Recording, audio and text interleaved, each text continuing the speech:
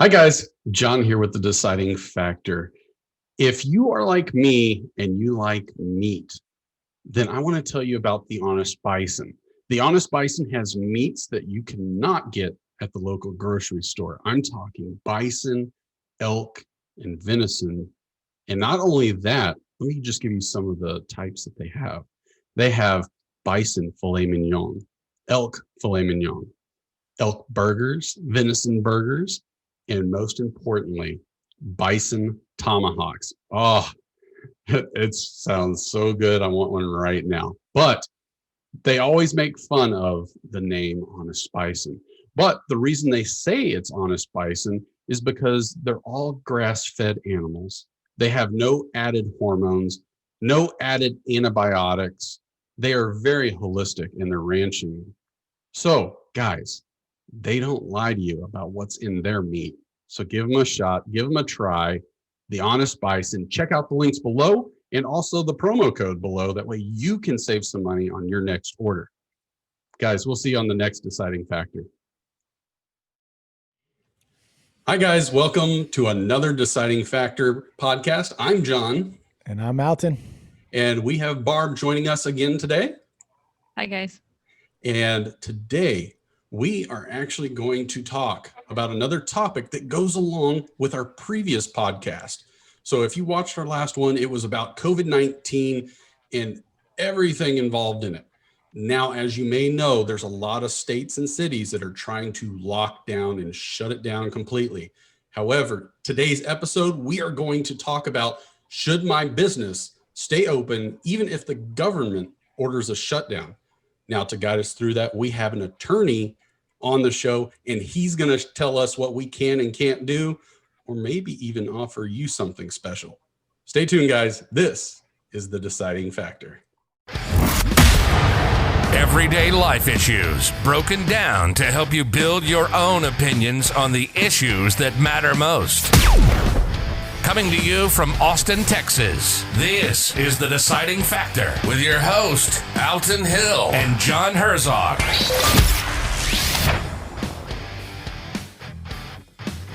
Hi, guys. Welcome back again. Like I said, we are going to be talking about the shutdowns that are going on around the country. Is this really legal? Can they do it? And how can it affect your business? Today on the podcast, we are speaking with Jason Celski. He is a licensed attorney in the state of Washington. He received his education from the United States Air Force Academy, Eastern Washington University, and Seattle Law School. Jason Celski is the owner of Celski Law Firm in Kennewick, Washington, primarily focusing on domestic, family law matters, civil litigation, and personal injury matters. Jason is a graduate of Richland High School and is proud to be raising his family in the Tri-City area where he practices law. Jason, thanks for coming on the show. Yeah. Thanks for having me. Welcome. Yeah, it's good to have you, Jason. It's sad that we're actually going to have this conversation with you in dealing with all these shutdowns, but I feel like you might actually have some good news for us throughout the show. If not, I'm just going to have to leave, I guess. I don't know. You and me both. So Washington's a little different from Austin, Texas, which is where we're from. We haven't really shut down, and it sounds like our governor won't shut things down, even though the city of Austin, the mayor himself, is asking people to stay at home. So luckily, it doesn't seem like we've seen anything, even in the early stages. And I don't think I've heard of any fines that have gone out. Have you, Alton? I have not. So what is it? You guys did have one early on. You had a big one in Texas, a hairdresser. Oh, that was Dallas. Dallas, she did get arrested and then pardoned by the governor. So we did have that big incident, but fines have not really been a big thing, it seems like. But what about in Washington? I know y'all have a very crazy governor in charge right now. Yeah, to say the least.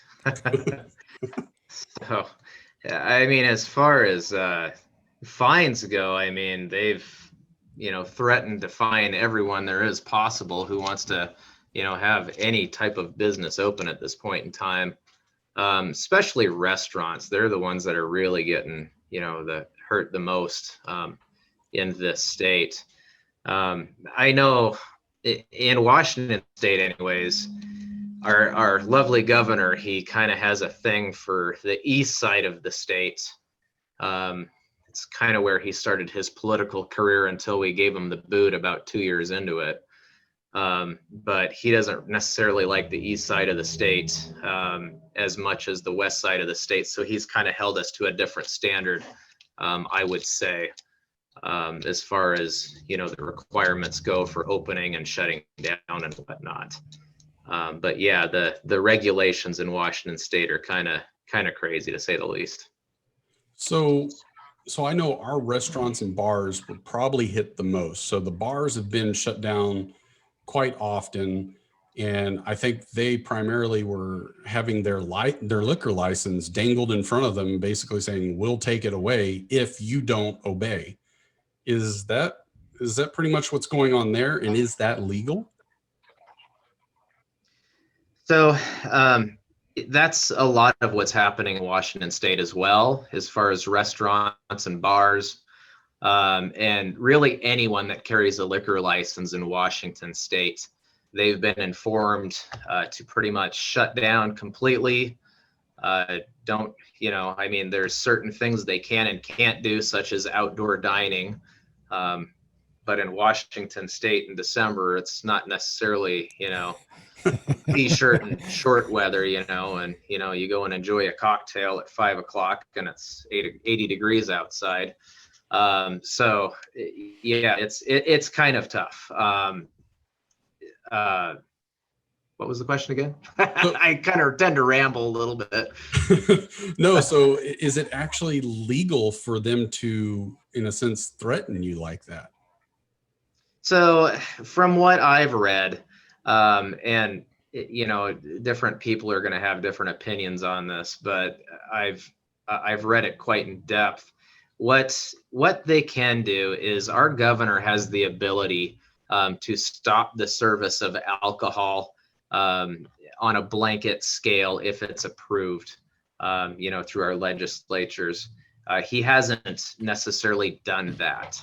He hasn't given anyone the ability or the authority to shut down liquor sales at all, including Liquor Control Board here.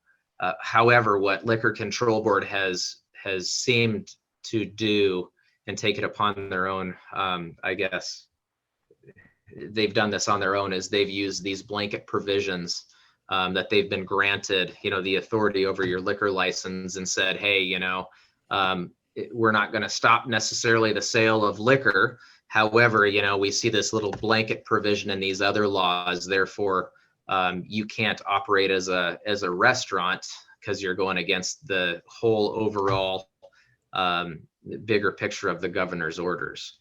So they're trying to backdoor a lot of these things, which, I mean, my argument is they can't do that. So that's not what they're in business to do. They're in the business of regulating the sale of liquor and ensuring that the public is safe after the consumption of liquor, not policing these restaurants. So what I hear you saying is the governor can threaten, but he just can't straight up say, you know, Alton, you can't sell alcohol anymore because you're pissing me off, so I'm going to take it away. He still has to get everything approved by the legislator, right?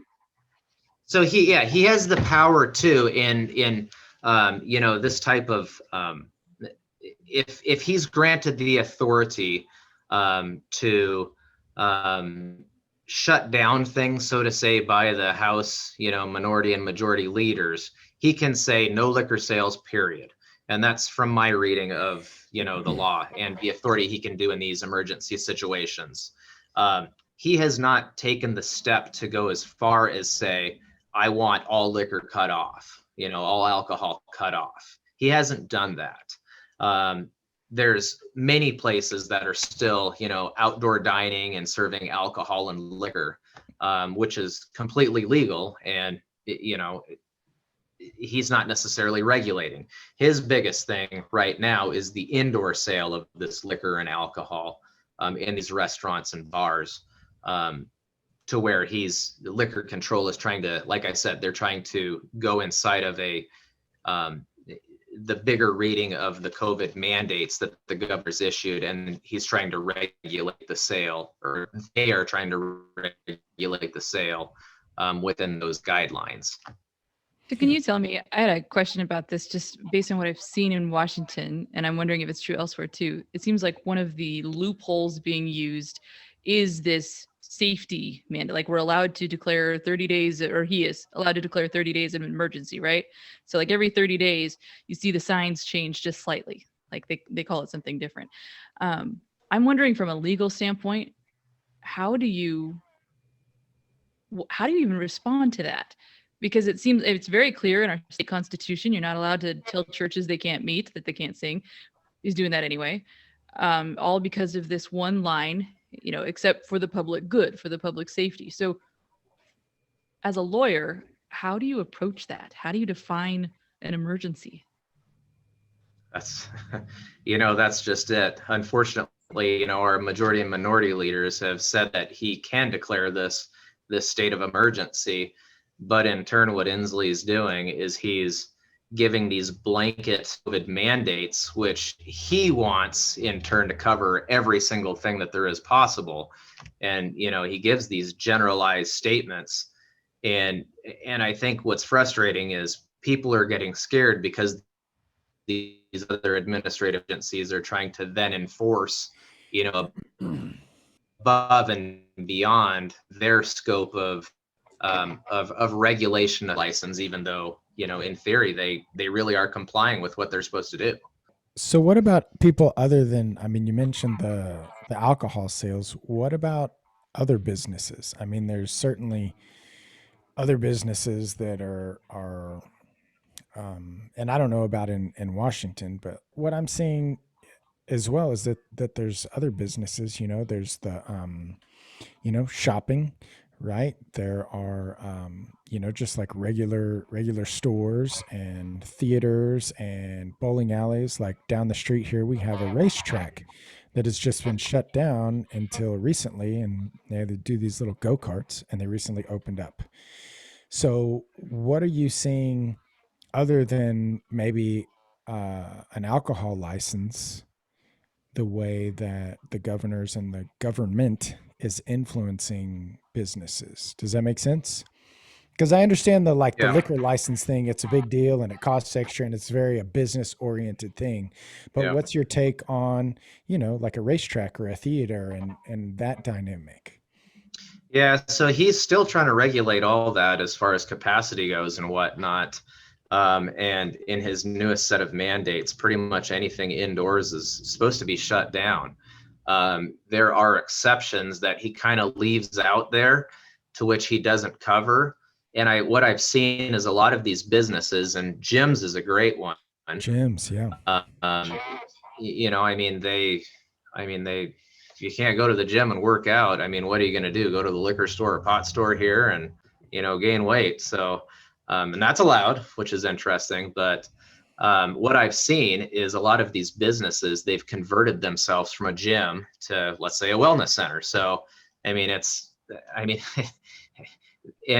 as far as the daily operations of what they're doing, it's exactly the same thing that they would have been doing if they were a gym. It's just simply filing a couple more documents and recreating your business plan and filing with the state and paying a couple more taxes and fees and whatnot. And there you are. Now you're a legal entity. So I've seen a lot of that happen as far as like gyms go. The other businesses that I've seen, they've tried to kind of, skate the line and try to find the loopholes as well. And I think that's where, in turn, I just got frustrated, to be honest with you, because it's like, I have neighbors, I have friends, they're all suffering. And it's like, it's literally a race to find a loophole to try to open your business or close permanently. So what are the punishments there in Washington for operating against the governor's or judge's orders? They pretty much set up a big deck in the city center and they put a noose around it and they hang you. Other than that, they So fine it's not you. very significant then. So nothing, no big deal. No. I mean, the biggest thing is they're going to yank your business license and your liquor license and fine you, every day you're open until you pretty much go bankrupt. So that's the way they get you here in Washington, which I'm sure is pretty similar in most states. That's bullcrap, though. So they're hanging on these words that are for the safety of the people, but we're talking about a virus that is virtually the same as the flu. It's, like the CDC said, it's a 99% success rate on not passing away. I mean, come on. What gives you the right to shut down? Because if you think about this, I saw this posted on Facebook earlier today. If no one got the flu vaccine, how many deaths would we have in a year? So we don't shut down for that. We didn't shut down for swine flu or the bird flu. So why could you go to the extremes on this?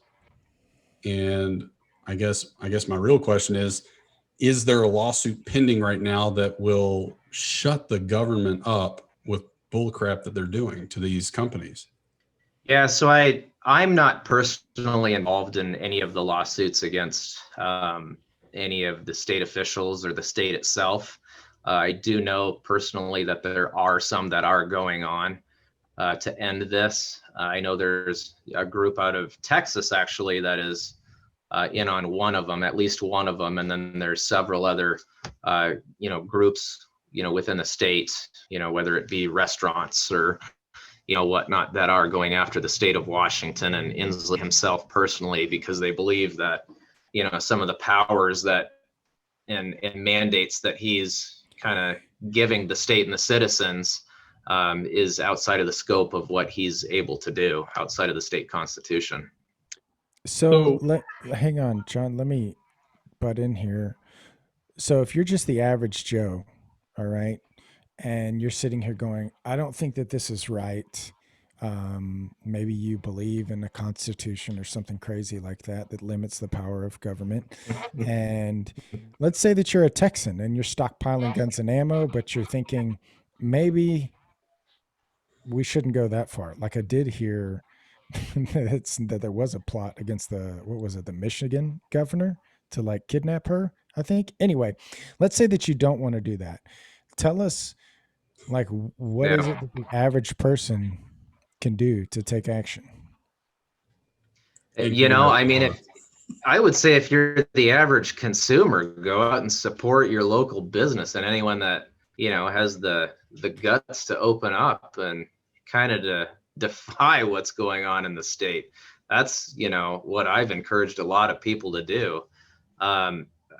As far as what I've told people personally, when they ask me for, the things that I'm trying to help people out with, small businesses in Washington State, they say, you gotta, where can we donate to help this cause? Because there's so many people out there, and I'm personally not taking any funds from this. I'm not trying to gain anything out of it. Like I said, I'm a Washingtonian, I'm a Tri-Citian. I just want people to open, and I tell them, go out and support your businesses. That's the best thing you can do. I don't want your money personally. But go help out your other neighbor. That's the way that we're going to keep, each other in business and survive this tyrannical governor of ours. So you get fined, and they're going to tear your life apart. Like you said, they're going to try to make you go bankrupt.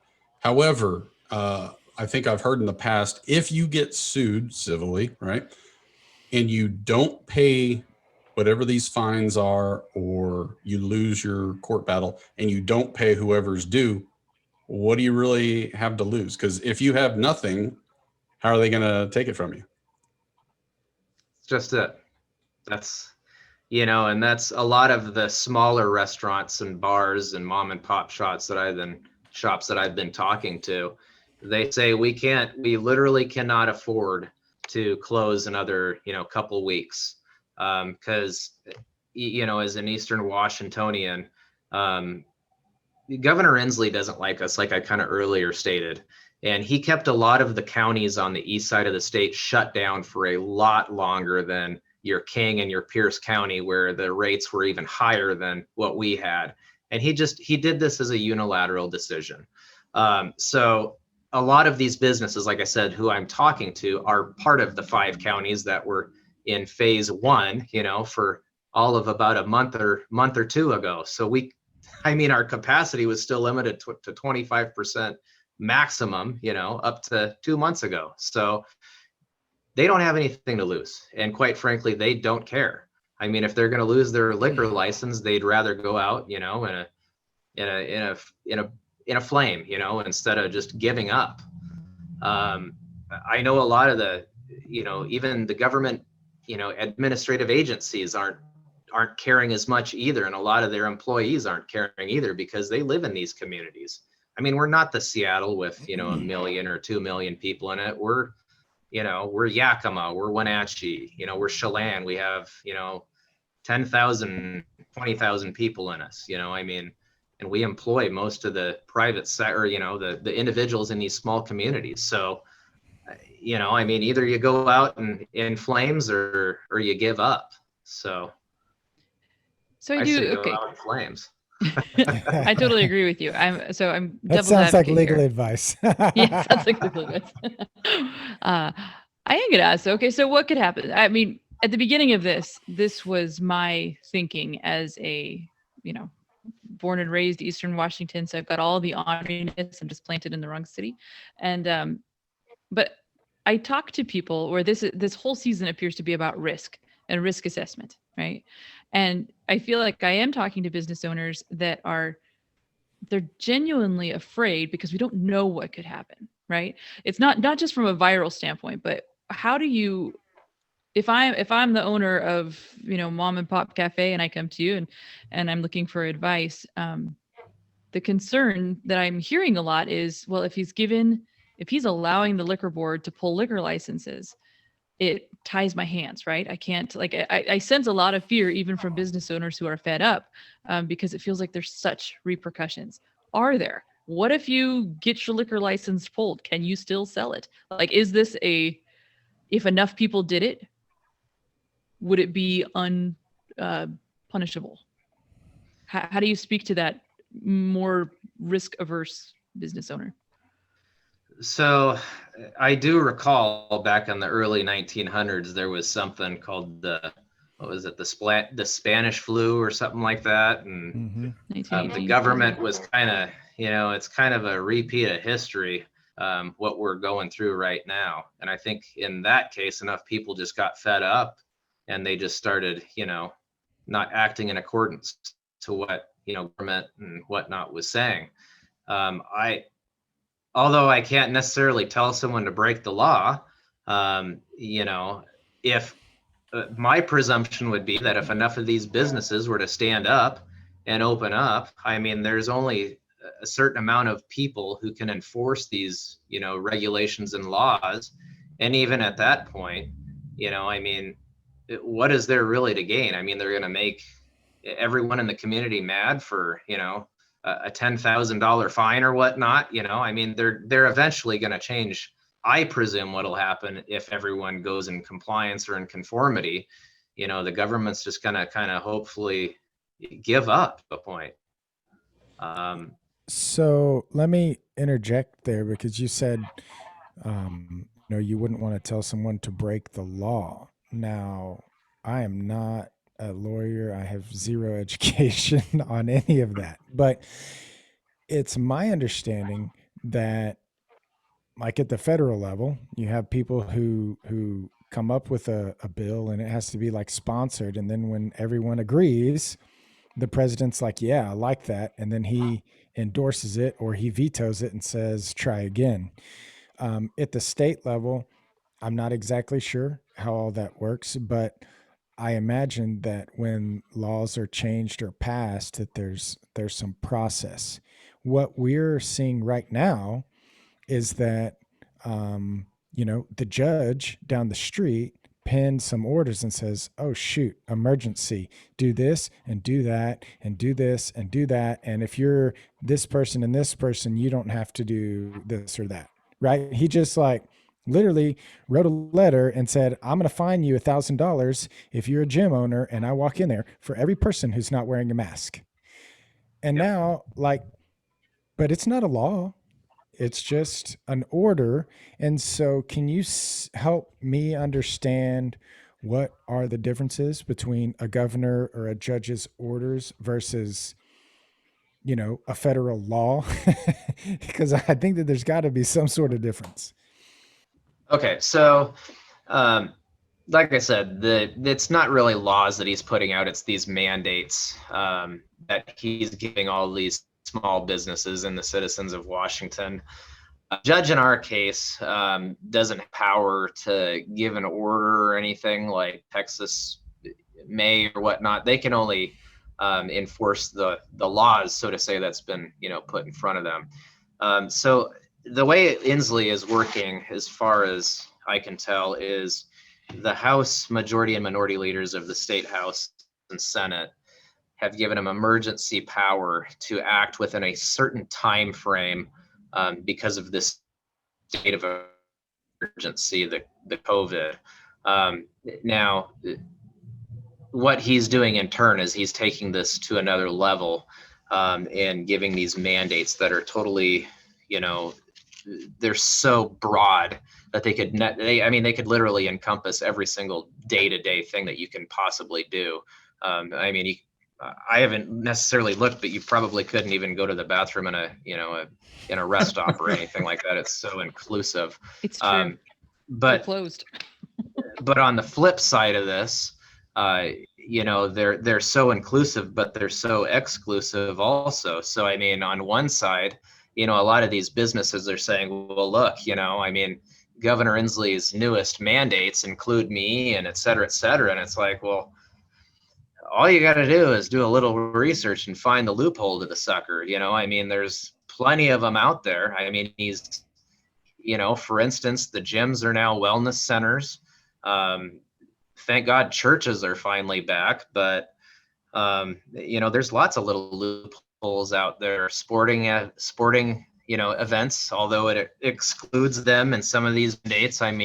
Like I said, these mandates, there's definitely a lot of people that feel like they're included in them, but there's a lot of loopholes out there where there's exclusions as well.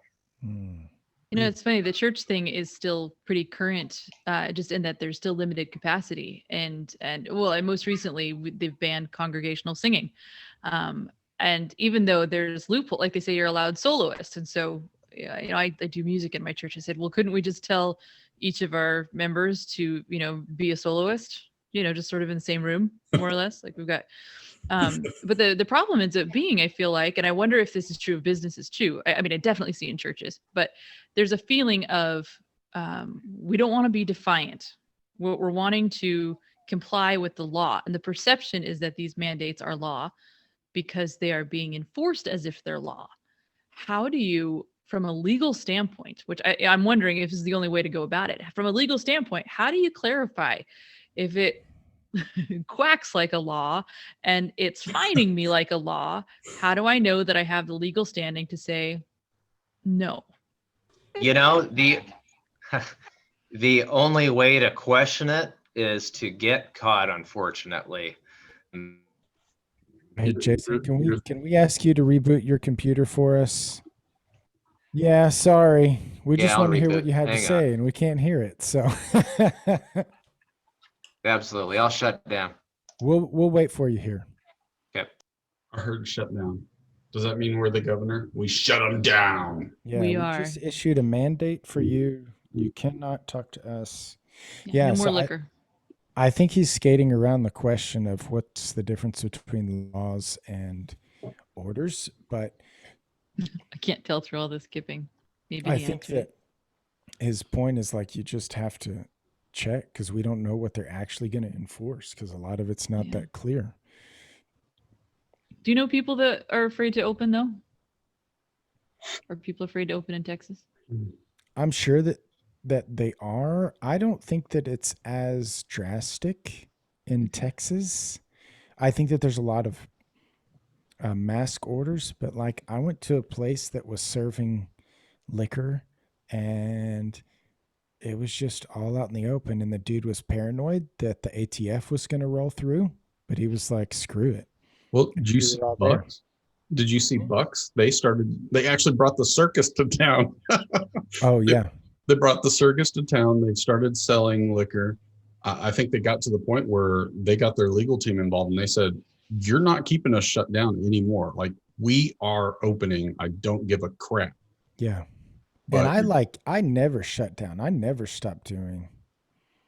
But I know I'm not like a brick and mortar business. I think that that's where some of the challenge comes in, is when you're a brick and mortar, you can't really hide, you know? Oh, So right. Yeah. it's, And in Eastern Washington, I guess what I'm thinking where he is, you're talking like it's a rural community. I mean, even though it's Tri-Cities is a city, but it's still in the like the things that keep people employed there are generally not things that you can just go online and do if you're shut down. right. And so I think that's why it feels so biased.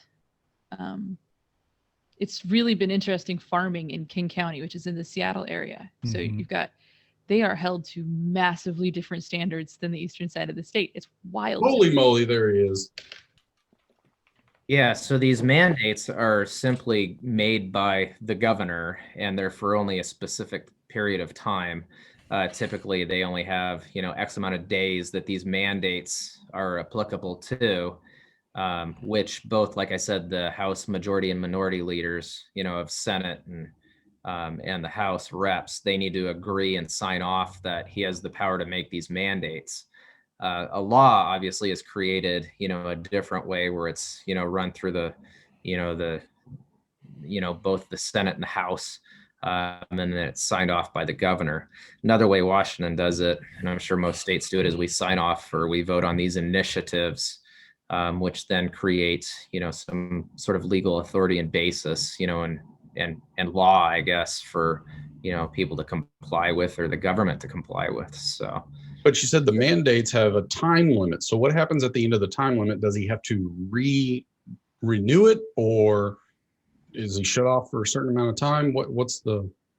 Yeah, he just has to go to the Senate and the House and have, both the minority and majority leaders sign off that, he has the extended power to, continue these mandates for, X amount of time.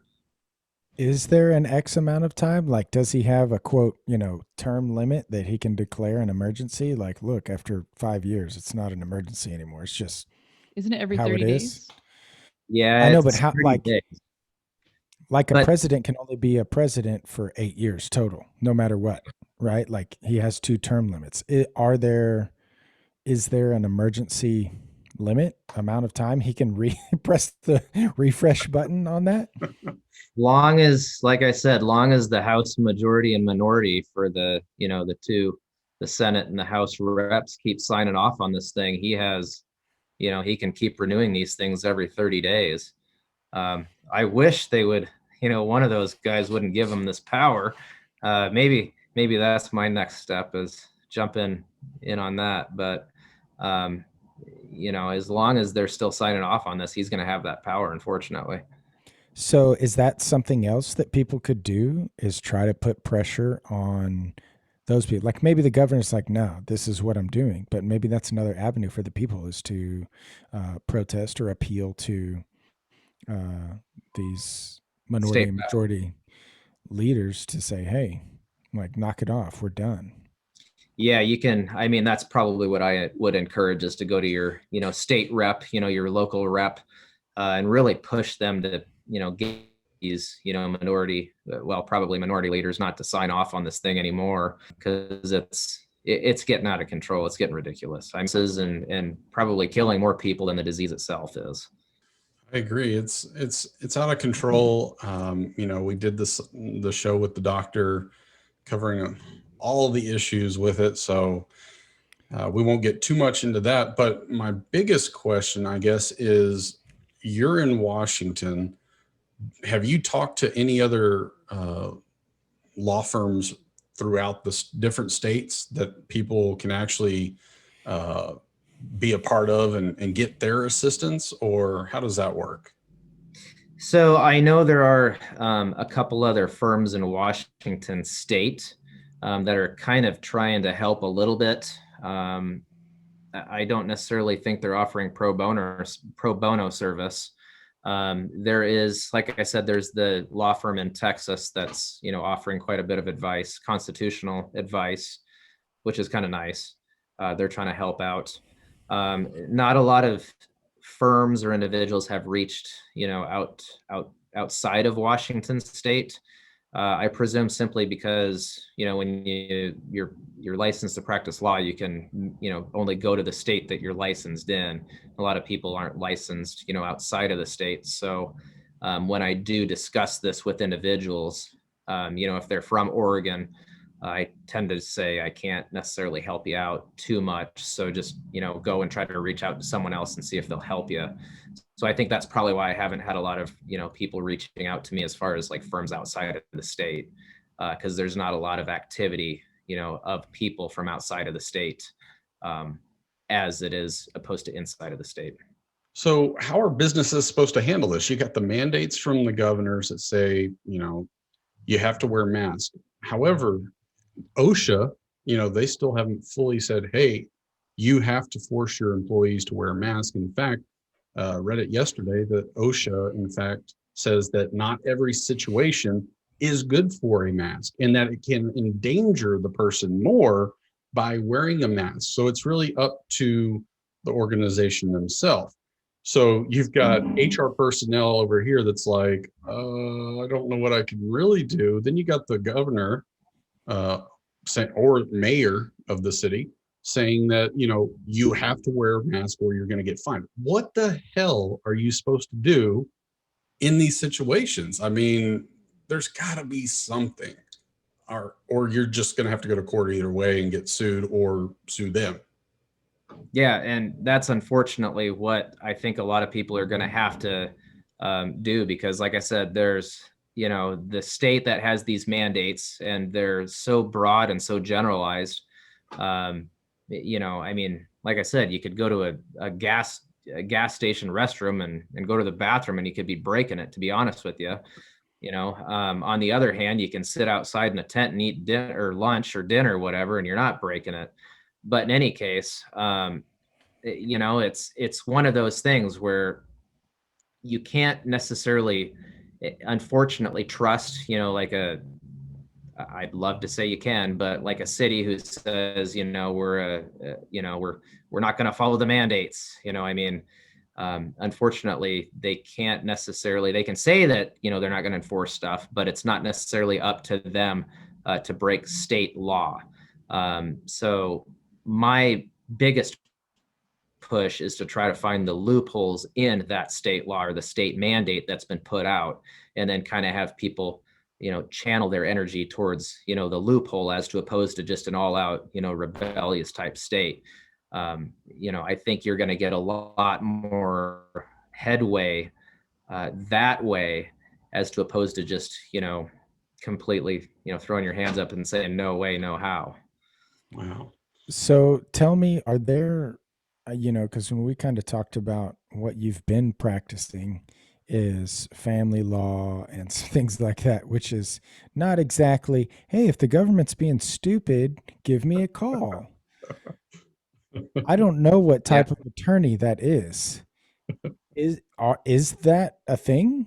Or like, let's say that I want to look for an attorney that's, let's just say, a patriot or something. How would I even search that? How would I find someone that wants to take on the local government or the state government? So, I mean, there's lots of constitutional attorneys out there that deal with, taking on the state. I'm a small business owner myself. My main practice, is domestic matters, family law, a lot of real estate stuff too. I've been affected because half my practice is doing evictions, and we haven't been able to do any of those since, March. But there's several attorneys out there that are taking on, the state as far as, Inslee and these mandates go, where people can jump on. I'm trying to be the voice of reason here. And, if you get fined, I mean, I'd be glad to help you out and try to go outside of, the mandates and get that fine either or gone or reduced quite substantially. I've got one thing I wanted to ask, and maybe it's rabbit traily. This is my option C. Okay, let's suppose that I'm not a small business owner. Let's suppose that I am a citizen wanting to support small business, and I'm all for, going to the places where they're willing to stay open. Do I have rights as a citizen in a situation like this? I'm thinking specifically, do I have the right not to wear a mask? Do I have a way to fight where that doesn't come down on the business? It can come down on me. Like, I think that when I talk to people, one of the conflicts that keeps us following these kind of bizarre mandates is, well, I don't want to get a neighbor in trouble. I don't want to get that business in trouble. I don't want to. How then do we as a citizen, not a small business owner, support these small businesses and still keep our own rights as well? It does not feel viable to me to say, well, I should just wear a mask because I don't want that business to close. It seems like it's, adding to the snowball. Is there a way as a citizen for me to resist these mandates that does not throw my small business friends under the bus? That's a really good question, to be honest with you. I've seen several cases, unfortunately, though, that, it's the private citizen that isn't wearing a mask and it's still the business that gets fined. So, I mean, the only thing that I've It's hard to heard do. on that, Barbara, is that, and I heard it on the internet, so I'm sure it's true, is Right. that and now this was based on a loophole of some order, that basically if you have a medical condition, then that's your loophole. And Right. so, I guess if we're Oh, so looking for maybe my loopholes, then my you loophole say could protect the you business. have a Yeah. medical condition. So when the whoever comes in and finds, mom and pop restaurant, then you go to them and say, hey, I had a medical condition. Here's some waiver or something that they had that, I don't know, but I Yeah. You heard know it what's on the crazy? internet. They don't give you waivers. And in Washington State right now, there are multiple businesses that are refusing to allow medical exemptions. So you've got people that are showing up at the door saying, no, seriously, can't wear the mask. And they're getting escorted off the property by guards. But that's their business though, right? So that business, maybe you don't show patronage to unless you want to. But you have the ADA, and the ADA overrules anything. So They're basically, saying it doesn't. he cut out. So no, but what happens All here right. is that allows you to sue that company for kicking you out for you having your ADA issue. Is that not correct? We're looking for the nod. Yep. We got a nod. Yeah. The nod. The Okay. short answer is yes. Short answer is So yes. we need doctors writing prescriptions saying that Alton has an issue.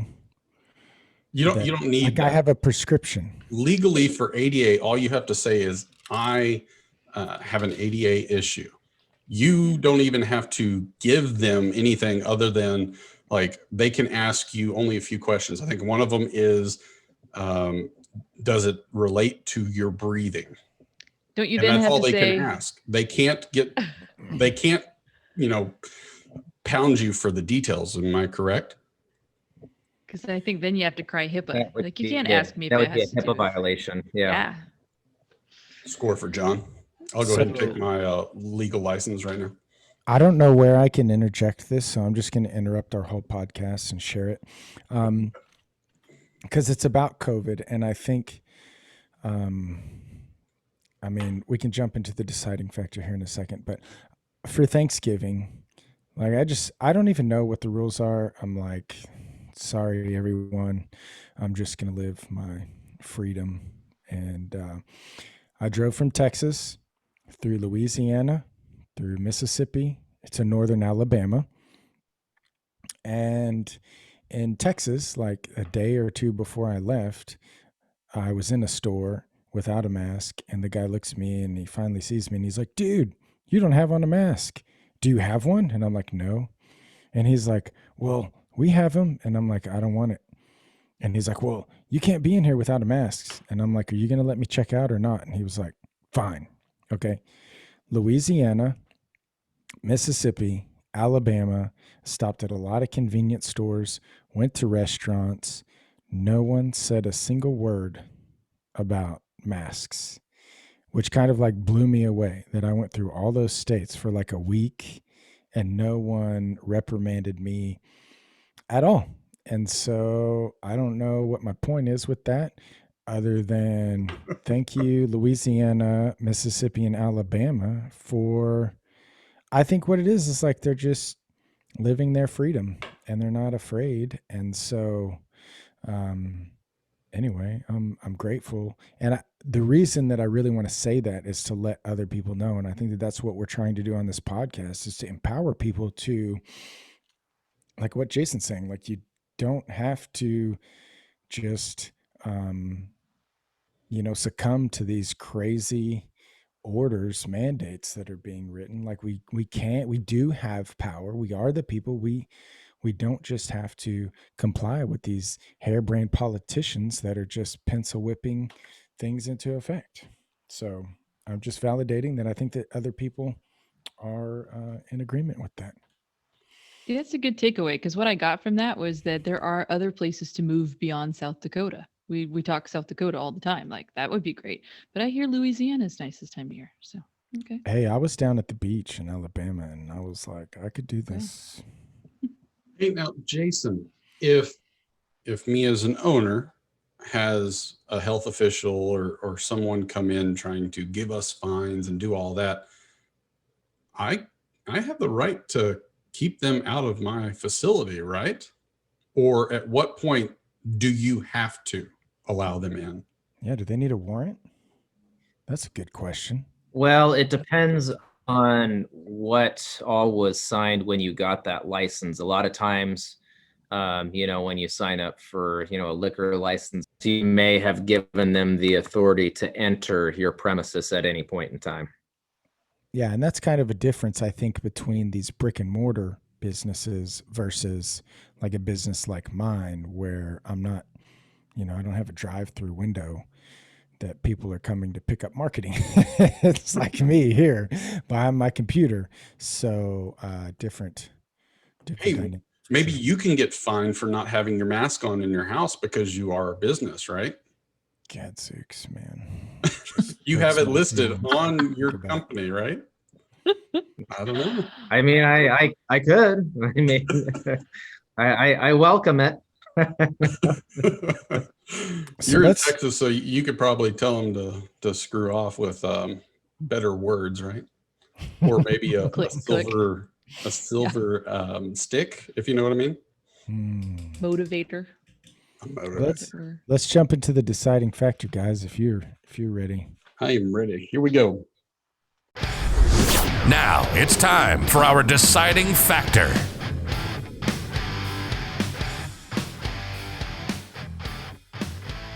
So it sucks that we had some technical issues and we couldn't hear everything as clearly as we'd like. But I think I gathered enough in hearing Jason speak earlier.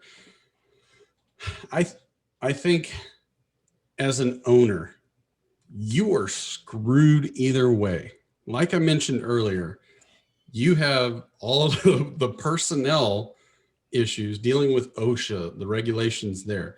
Then you got your mayor or your governor telling you that if you stay open, you're going to get fined. So you're going to get in a lawsuit either way, is what it sounds like. So if I'm an owner, I say, screw it. I'm going to open up. I'm not going to put any regulations on my employees or my my customers. There's no reason to. There's nothing that supports it thus far. If they're going to fine me, fine. Let's take it to court. You win. Guess what? I'm not paying you, so kiss my butt. So if I'm an owner, stay open. Contact someone like Jason or whoever is helping in your area because enough is enough.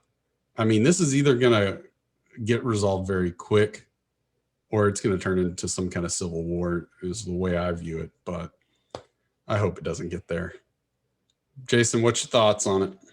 Completely agree. And again, I can't tell anyone to break a mandate or a law, but I would encourage people to, look at the mandates and find where your loophole is. Word of the day, loopholes. Barb, what's your loophole? All about the loophole. The thing that's striking to me is that the strength is in the community. It seems to me that as a business owner, your greatest recourse right now is not only to stay open, to connect with people like Celski Law, which you should, but also to be connecting with your neighbors. Because I think, a point was made to me over Thanksgiving, and kind of an entertaining point, that peasant revolts never succeed.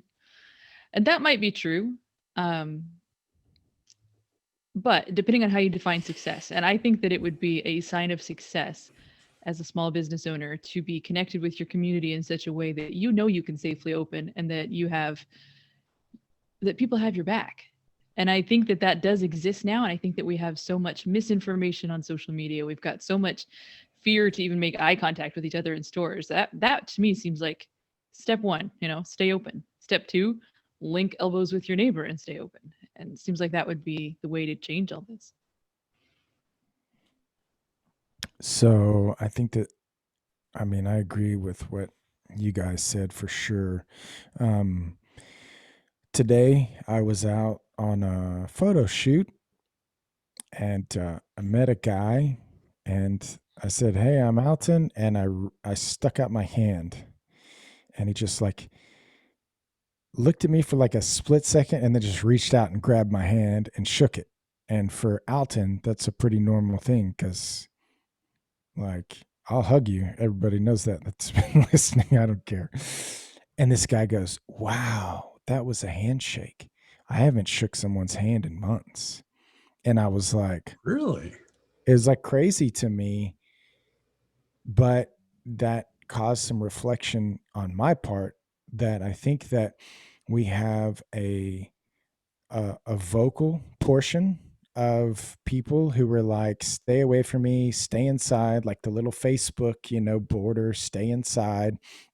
I need a Facebook border that says, "I'll give you a hug," but they probably don't even have that because they want to control the narrative.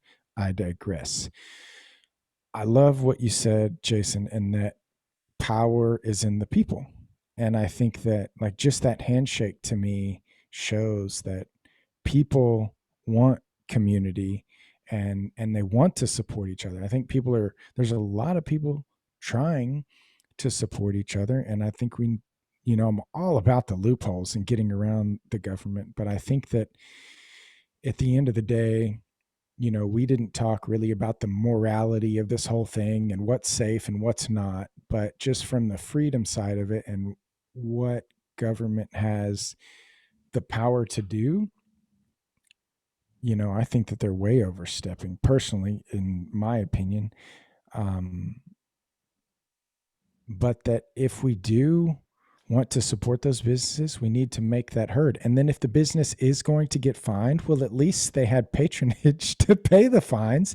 And so I think that that's a great way that people can support their local businesses and give the money, even if there is a litigation, that they're willing to support that. At least in Texas, I think every state is different. But I'm thinking that if there's not a network or a database of what you said, Jason, a constitutional attorney, then someone's missing out on some business opportunity, because I think that that can be very advantageous for certain attorneys that may be so inclined to fight the state, especially in times like now where we don't know how long these types of things are going to go on.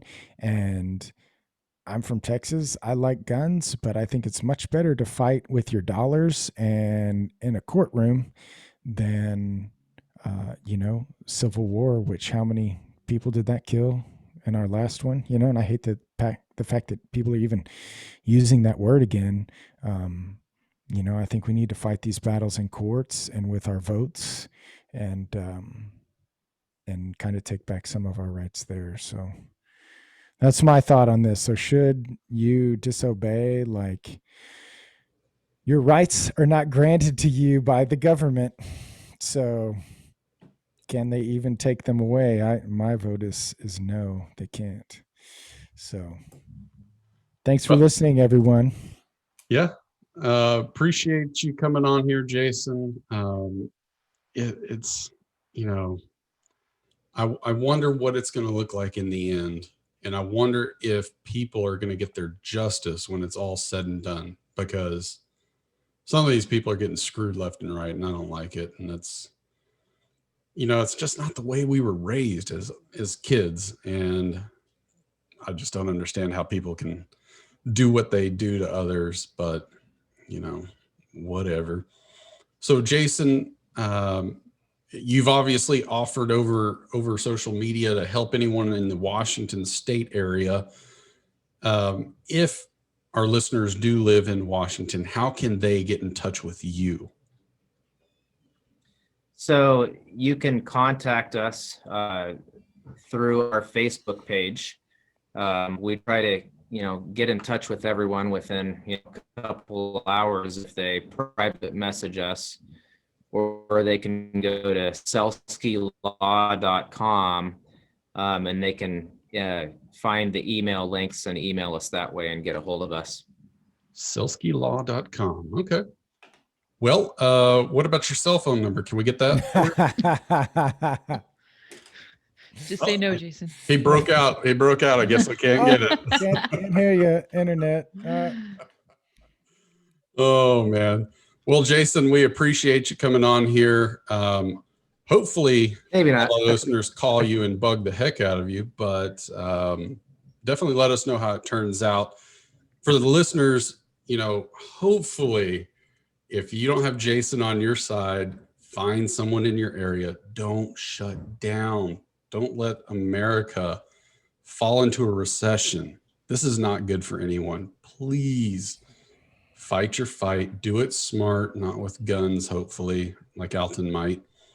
But once again, Jason, thank you for coming on. Appreciate everything. And guys, we'll catch you on the next Deciding Factor. Everyone, say bye. Bye. Bye-bye. Thank you.